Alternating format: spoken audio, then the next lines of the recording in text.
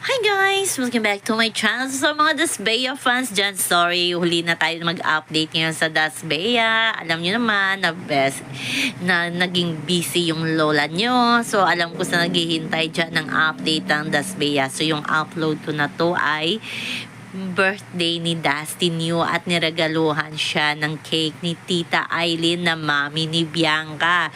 So, ibig sabihin ba, mami, but not now, okay?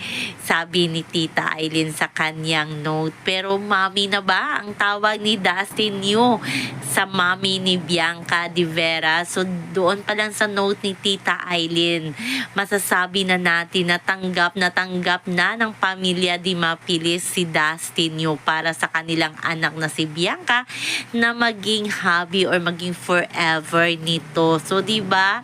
So, malapit na ba tayo sa wedding bells na sinasabi ng Dasbea? Gaano ito ka-okay sa atin? Alam ko sa mga nabasa ninyo na note ni Tita Aileen sa kay Dustin, masayang-masaya kayo kasi alam natin na walang problema side by side sa pamilya Yu at sa pamilya di Vera or di Mapilis man ay tanggap na tanggap ang relasyon ng dalawa. May freedom talaga sila at hindi na nga tinatago ang kanilang relasyon. Kahit mga friends nga nila, kahit sina AZ Martinez, talaga si Ashley Ortega, talagang kino-confirm na nila yung relasyon ni Dustin at ni Bianca. So, happy tayo at happy na happy talaga ang birthday ni Dustin.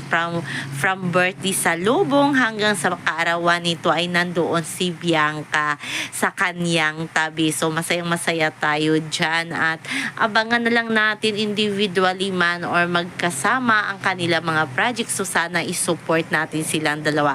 Ayon nga kay Ashley Ortega, sana maging stay strong silang dalawa ni Bianca sa kanilang relasyon. At sabi nga ni AZ, ito yung couple goals niya, yung forever couple goals niya, sina Bianca at si Dustin. So, happy tayo para kay Bianca at kay Dustin, lalo na ang kanilang mga pamilya na wala talagang problema at hindi talaga hindi nila iniinda yung mga issue na dyan.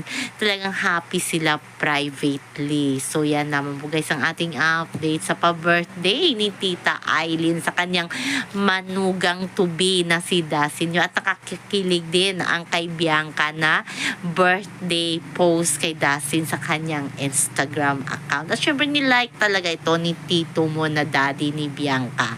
So, yun lang po guys ang ating update sa ngayon. Hanggang sa muli. Bye-bye. Also remember, wag po tayo magpaka-stress.